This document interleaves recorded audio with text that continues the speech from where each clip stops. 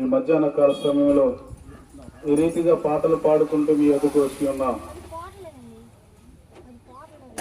మరి పరిశుద్ధ గ్రంథములో ఒక మాట ఉంది. ఏమని ఉంది రాయబడి ఉందంటే, ఈ యుగాంతమందు మనకు బుద్ధి కలుగుట కొరకు ఈ రాయబడిన ఈ మాటలు అని పరిశుద్ధ గ్రంథము రాయబడుతుంది. కాబట్టి అందులో నుంచి ఒక మాట మీకు తెలపడానికి ఈ మధ్యాహ్న కాల సమయంలో ఇష్టపడుతున్నా.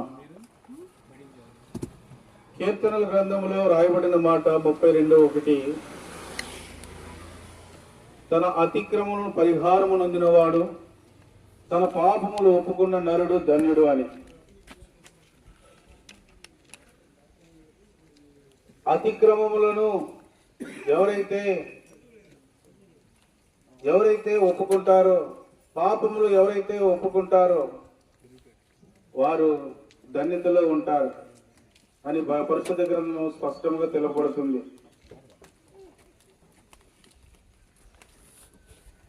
ఏమి చేశాము మనము?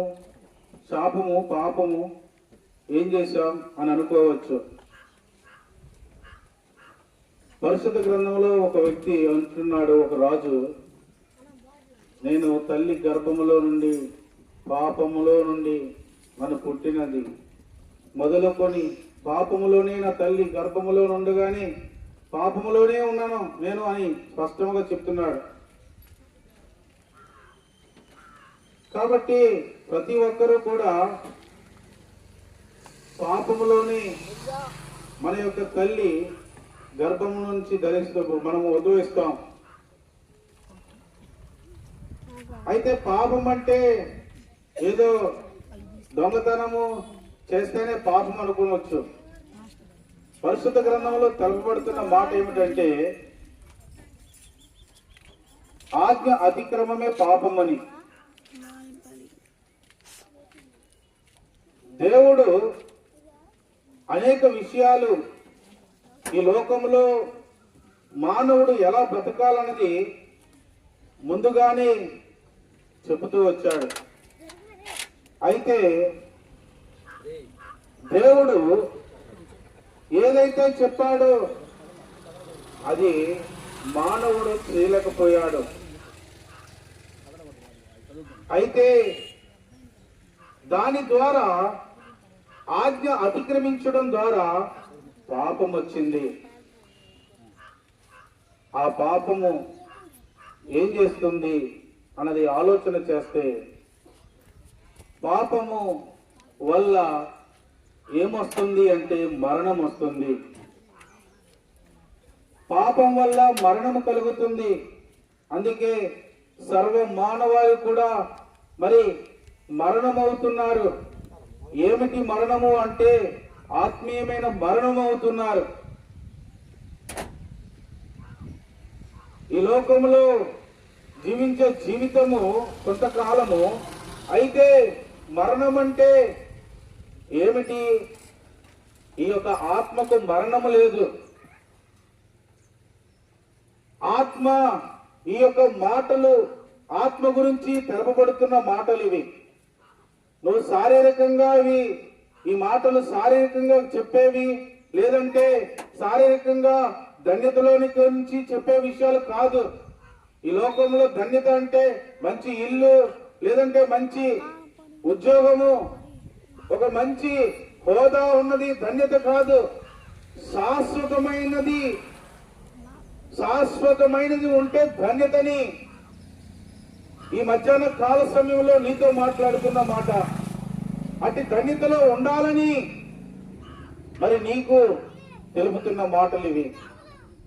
ప్రియమైన సహోదరుడా, ఈ మధ్యాహ్న కాల సమయంలో మరి పాపములోనే ఒకవేళ ఉన్నట్లయితే మరణం ఉంది. ఆ మరణం తప్పించడం కొరకు ప్రభువైన యేసుక్రీస్తు వారు ఈ లోకములో, దేవుడే శరీరధారిగా ఈ లోకానికి తగ్గించుకొని మానవాల రూపములో ధరించుకొని సర్వ మానవాల్ని రక్షించడం కొరకు ప్రభువైన యేసు క్రీస్తుగా ఈ లోకానికి వచ్చిన వాడుగా ఉన్నాడు. ఆయన ఈ లోకానికి వచ్చినది ఎందుకు అంటే నీ నా ఆత్మలు ధన్యతలోకి ఉండాలని, నిత్య జీవములో ఉండాలని ఆయన ఎంతగానో ఈ లోకానికి 2025 సంవత్సరం క్రితమే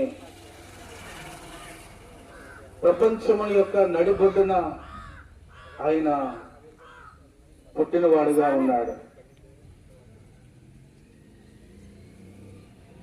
ఆయన 33.5 ఏళ్ళు ఈ లోకంలో నీవు నేను ఏ రీతిగా అయితే జీవిస్తున్నామో ఆ రీతిగానే ఆయన కూడా జీవిస్తూ వచ్చాడు. ఆయన అంటున్న మాట ఏమని సవాలు విసిరాడంటే ప్రపంచానికి, నాలో పాపం ఉన్నదని ఎవరు రుజువు పరచగలరు అని. నాలో ఎక్కడైనా పాపం ఉందంటే రుజువు చూపించండి అని సవాలు విసిరాడు. అయితే అనేకులు ఆయన గురించి ఆ దినాలలో అప్పుడు అనేకులు ఆయన్ని చూశారు, గాని ఆయనలో ఎటువంటి పాపము లేదు, పాపము లేనివాడుగా ఉన్నాడు.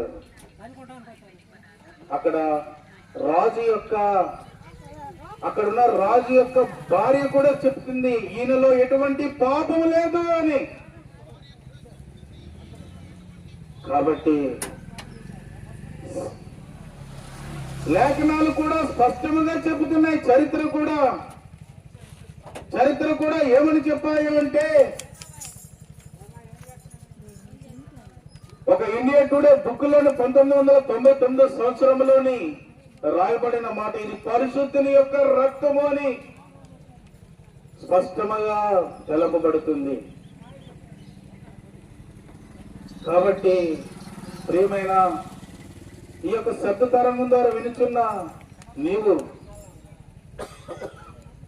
ధన్యతలోనికి రావాలి అంటే మన పాపాలు మనం ఒప్పుకోవాలి. మనం ఒప్పుకుంటే మనము కనికరం పొందుకుంటాం, మనం ఒప్పుకుంటే రక్షించబడతాం, మనం ఒప్పుకుంటే ఆయన ఎంతగానో హక్కును చేర్చుకుంటాడు. ఆయన నిత్య రాజ్యములో నిన్ను నన్ను ఉంచట కొరకే ఆయన పిలుస్తున్నాడు. ఈ మధ్యాహ్న కాల సమయంలో ఏమని పిలుస్తున్నాడు నిన్ను? నీ నుంచి నువ్వు దేవుడు కోరుకునేది ఏమిటి అంటే నీ యొక్క హృదయం. నువ్వెవరివైనా సరే యేసుక్రీస్తు అందరికీ ప్రభువై ఉన్నాడు. యేసుక్రీస్తు అందరికీ ప్రభువై ఉన్నాడండి. నువ్వు ఎలాంటి పాపమైనా, నువ్వు ఎలాంటి బాధలో ఉన్నా, ఎలాంటి బలహీనతలో ఉన్నా దేవుడు నిన్ను రక్షిస్తాడని స్పష్టంగా చెప్తున్నాడు. ఆ రీతిగానే రక్షించాడు మమ్మలను కూడా. మేము చెప్పేవాళ్ళు మేము కూడా రక్షణ ఒకప్పుడు లేనంటి వాళ్ళమే. గొప్ప రక్షణ మాకు ఇచ్చాడు. ఆ రక్షణ చేతపుచ్చుకొని ఈ మధ్యాహ్న కాల సమయంలో మీతో ఈ రీతిగా మాట్లాడుతున్నా. అటు ధన్యతలో ఉండాలని ఈనాడు నాకు ఒక నిరీక్షణ ఉంది. ఏమిటంటే నా పాపాలు నేను ఒప్పుకున్నాను, అయితే నేను నిత్య రాజ్యంలో ఉంటానని, పరలోక రాజ్యంలో ఉంటానని ఒక నిరీక్షణ నాకు ఇచ్చాడు. అటు నిరీక్షణ నీకు ఇవ్వాలని మధ్యాహ్న కాల సమయంలో దేవుడు ఈ రీతిగా మమ్మల్ని ప్రేమించి ఈ మధ్యాహ్న కాల సమయంలో నీతో ఈ రీతిగా మాట్లాడటానికి ఇంకా నీ పక్షమున కృప చూపుతున్నాడు. ఇవేవో మా కాదులే ఈ మాటలు మాకెందుకు, మేము ఉన్నాయే అని నువ్వు త్రోసివేయద్దు, కఠినం చేసుకోవద్దు. ఈ ప్రేమ కలిగిన మాటలు, ప్రేమతో చెప్తున్న మాటలు. దేవుడు ఏమంటున్నాడంటే, దేవుడు లోకమును ఎంతో ప్రేమించాను. లోకము అంటే మట్టి కాదు, లోకం అంటే మనుషులను ఎంతో ప్రేమిస్తున్నాడు. ఆయన ప్రేమిస్తున్నాడు కాబట్టి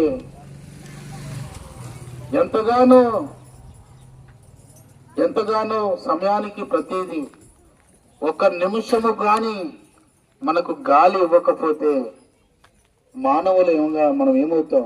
ఒక్కసారి ఆలోచించేయండి. ఆయన మన పక్షముని ఎంతో కృప చూపుతున్నాడు కాబట్టి మనము ఈనాడు కృపకాలంలో ఉన్నాం. ఇంత గొప్ప రక్షణ నువ్వు నిర్లక్ష్యం చేయొద్దు, ఇంత గొప్ప రక్షణ నువ్వు అసహించుకోవద్దు, ఇంత గొప్ప రక్షణ నువ్వు కఠినం చేసుకోవద్దు. నిన్ను ప్రేమతో పిలుస్తున్నాడు. ఒకవేళ నువ్వు ప్రయాసపడుతున్నావేమో, పాపమని ప్రయాసంతో నువ్వు పడుతున్నావేమో, ఆయన చెప్తున్న మాట, ప్రయాసపడి పాప భారముతో మోయిచున్న నీవు నాతో కూడా ఈ రీతిగా మాట్లాడుతున్నాడు. అటువంటి పాప భారముతో నువ్వు మోసినట్లయితే నా యొద్దకు రండి అంటున్నాడు. ఎవరు అంటే పవరి యేసుక్రీస్తు వారు. నా యొద్దకు రండి, నేను మీకు విశ్రాంతిని కలుగు చేతునని. ఈ విశ్రాంతి యుగయుగములు, ఈ ధన్యత యుగయుగములు. కాబట్టి మీకు ధన్యతలో ఉండాలని దేవుడు మిమ్మల్ని ప్రేమతో ఈ మధ్యాహ్న కాల సమయంలో ఈ రీతిగా మాట్లాడుతున్నాడు. ఇంకా నువ్వు ఒకవేళ కఠినం చేసుకున్నట్లయితే, ఇంకా నువ్వు మా కాదులను నువ్వు దూరం పెడితే, దేవుడు ఏమంటున్నాడు అంటే, కాలము సమీపించి ఉన్నది. ఈ యొక్క మాటలు నువ్వు ధృవీకరించినట్లయితే,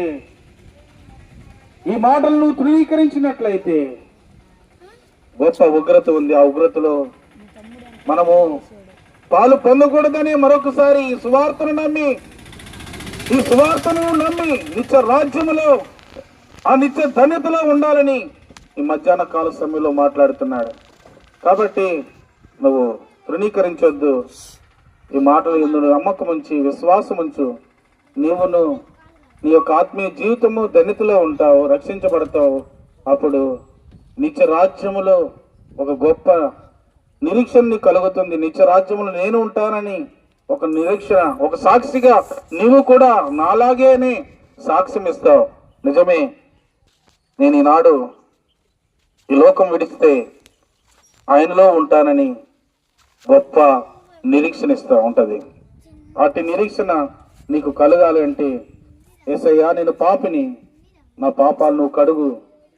నిజమే, పాపములో నేనున్నాను. పాపం అంటే ఏమిటంటే, దేవుడు ఆజ్ఞ ఏదైతే ఇచ్చాడో ఆజ్ఞ మనము పాటించకపోతేనే పాపం. దేవుడు అనేకమైన ఆజ్ఞలు ఇచ్చాడు. అయితే ఆజ్ఞలు నువ్వు ఒక్కటైనా ఒకవేళ పాటించకపోతే, ప్రభువా నీ ఆజ్ఞకు నేను లోబడుతున్నాను, నీ మాటకు నేను లోబడుతున్నాను అయ్యా, ఈ ఆత్మను నీ రాజ్యంలో ఉండాలని ఆశపడుతున్నానయ్యా అని నువ్వు కోరుకున్నట్లయితే నీకు రక్షణ జరుగుతుంది. ఇటు రక్షణ నీవుకును నీ కుటుంబానికి అనుగ్రహించును గాక. మా ప్రియులారా, ఇంకా ప్రభువైన యేసుక్రీస్తు వారిని గురించి మీరు ఎక్కువగా తెలుసుకోవడానికి మనకు సమీపంలోని తుమ్మపూడి గ్రామంలో మెయిన్ రోడ్ దగ్గరలోని ఆర్సిఎం స్కూల్ దగ్గర బేతనియా ప్రార్థనా మందిరం ఉన్నది. తుమ్మపూడి గ్రామంలో మెయిన్ రోడ్ దగ్గరలోని ఆర్సిఎం స్కూల్ దగ్గర బేతనియా ప్రార్థనా మందిరం ఉన్నది. అక్కడ ప్రతి ఆదివారము దైవారాధన కార్యక్రమం జరిగించబడుతుంది. వారంలో ఆయా కొడుకులు జరిగించబడుతూ ఉంటున్నాయి. దైవ సేవకులు కుటుంబంగా అక్కడ ఉంటున్నారు. మీ అందరినీ ప్రేమతో ప్రభు అయిన యేసు క్రీస్తు నామములో ఆహ్వానిస్తూ ఉంటున్నాం.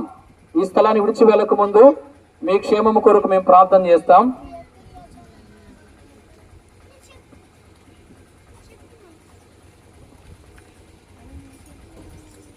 ప్రార్థన చేసుకుందాం. మహాపరిశుద్ధుడా, సర్వశక్తి గల ప్రభువా, ప్రేమ స్వరూపి, మహిమ గల తండ్రి, మీ పాదములు కొందనములు స్తోత్రములు. నైనా ఇప్పటి వరకు ఈ ప్రాంతంలో చేరి మీ రాజ్య సువార్తను ప్రకటించి ఉండగా అనేక మంది వింటూ వచ్చారు. విన్నవారు నీ వాక్యాన్ని విడిచిపెట్టకుండా వారి హృదయాల్లో ముద్రించుకొని వాక్యానుసారంగా నడుచుకున్నట్టుకు సహాయం చేయండి అయ్యా. మరి ప్రభా, ఈ ప్రాంతంలోని ప్రజల్ని ఆయన జ్ఞాపకం చేసుకునండి. ఎవరైతే ఆయన మరి వేదంలోనూ బాధంలోనూ ఉంటున్నారో ఆయన అటు వారికి ధైర్యాన్ని, శాంతి సమాధానాలు దయచేయమని వేడుకుంటున్నాం. ఎవరైతే అనారోగ్యంతో బలహీనతతో ఉంటున్నారో అటు వారిని మీ గాయపడిన హస్తంతో తాకి ముట్టి స్వస్థతపరచమని వేడుకుంటున్నాం. ఆయన మరి ప్రభా, ఈ ప్రాంతంలోని ప్రజలు అయ్యా నా తండ్రి పొలం పనుల నిమిత్తము, నా తండ్రి మరి చేతి పనుల నిమిత్తమై, వ్యాపార పనుల నిమిత్తమై ఉద్యోగ బాధ్యతల్లో ఉంటున్నారు. అటు వారికి మీరు తోడుగా ఉండి సహాయం చేసి నడిపించమని వేడుకుంటున్నాం. అయ్యా నా తండ్రి మరి ప్రభా, ఈ ప్రాంతం విడిచి మరి మేము ముందుకు వెళ్తూ ఉండగా మాకు తోడుగా ఉండి మా ముందు మీరుండి మా చేయి పట్టి నడిపించమని వేడుకుంటూ ఈ చిన్న ప్రార్థనగా అయితే వింటారని యేసుక్రీస్తు ఘనమైన పాదములు పట్టుకొని బ్రతిమలాడి అడిగి వేడుకుంటున్నాం తండ్రి. ఆమేన్.